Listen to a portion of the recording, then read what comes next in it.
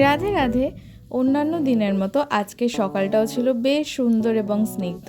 আজকে সকাল সকালে একটু শপে যাচ্ছি। সকালের টাইমটায় দুজন এমপ্লয় থাকে, তাদের মধ্যে একজন এমপ্লয় কল করে বলল তার শরীরটা ভালো নেই, জ্বর জ্বর মতো ভাব। তো আমি বললাম তাহলে আজকে ছুটি নিক, রেস্ট নিক। আমি আজকে সকাল সকাল চলে গেলাম। অন্য আরেকজন দাদা তো একদম সকালে এসে সব ওপেন করেই ফেলেছিল।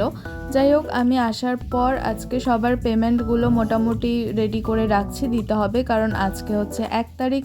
আমি প্রত্যেক মাসের শুরুতেই একদম 1 তারিখেই প্রত্যেকের পেমেন্ট তাদের হাতে দিয়ে দিই, কারণ টাকার ভ্যালুটা আমি সত্যিই বুঝি।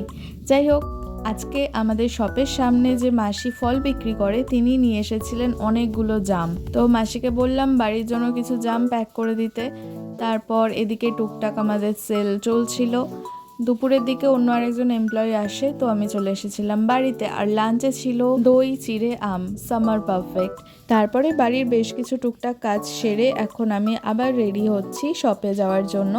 আজকে এই ব্ল্যাক কুর্তিটা পরলাম আর তার সাথে ম্যাচ করে একটা ইয়াররিং পরছি, যেটা আমি নিজেই বানিয়েছিলাম। বানানোর পর ওটা আর সেল করার ইচ্ছা হয়নি, দেখলাম ড্রেসটার সাথে এটা পারফেক্টলি ম্যাচ করে গেছে।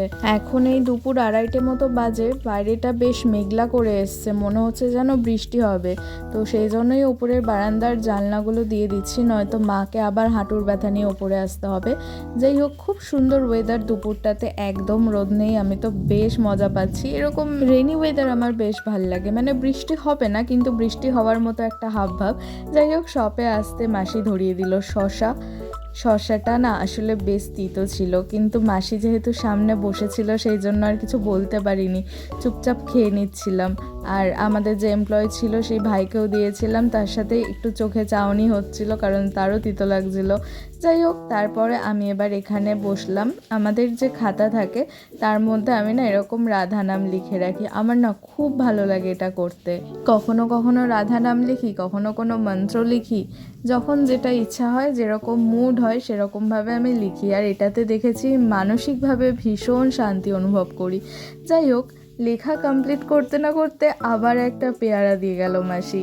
তিতো শশা খাওয়ার পর পেয়ারাটাকে সত্যি বলতে বেশ ভালোই লাগছিল। তবে আমি কিন্তু কখনোই একা খাই না, শপে যে এমপ্লয়ি থাকে তার সাথে শেয়ার করি। বিকেলের দিকে আমার এমপ্লয়ির একজন সদস্য এসেছিলো বাড়ি, তার একটা ছোট্ট পুচকে আছে, তার জন্যই গাড়িটা এনেছিল। এটা দেখে আমার যে কি ভালো লাগছিল। পুচকেটা না, পুচকেটা তো অবশ্যই কিউট, বাট এই গাড়িটা যেন আরও বেশি সুন্দর লাগছিল। আমার তো মনে হচ্ছিল আমি যদি সন্ধান পাই আমি নিজেই একটা এরকম গাড়ি কিনবো। আমার কথা চাইল্ডিশ মনে হলো, এটা কিন্তু আমি সত্যি সত্যি বলছি। যাই হোক, বিকেলের দিকে তপনদা আবার ফোন করে ডাকলো, নতুন একটা ডিশ নাকি ইনভেন্ট করেছে তপনদা, তো সেটারই একটা ভিডিও করে প্রমোট করে দেওয়ার জন্য আমাকে ডাকলো, আর আমিও চলে গেছিলাম। আর অনেস্টলি বলছি, জিনিসটা খেতে কিন্তু মারাত্মক ছিল। মোদ্দা কথা হলো, স্যুপ, রাইস নুডলস আর মিট বল দিয়ে একটা ব্যাপার ছিল। শীতকালে হোক বা বর্ষাকালে হোক বিষয়টা কিন্তু একদম জমে যাবে। যাই হোক, এবারে সব ক্লোজ করে দিয়েছি, বাট বাড়ি যাওয়ার আগে আবার একটু ফুচকা খাওয়ার ক্রেভিং হলো, সেই জন্য চলে এসেছিলাম ফুচকার শপে।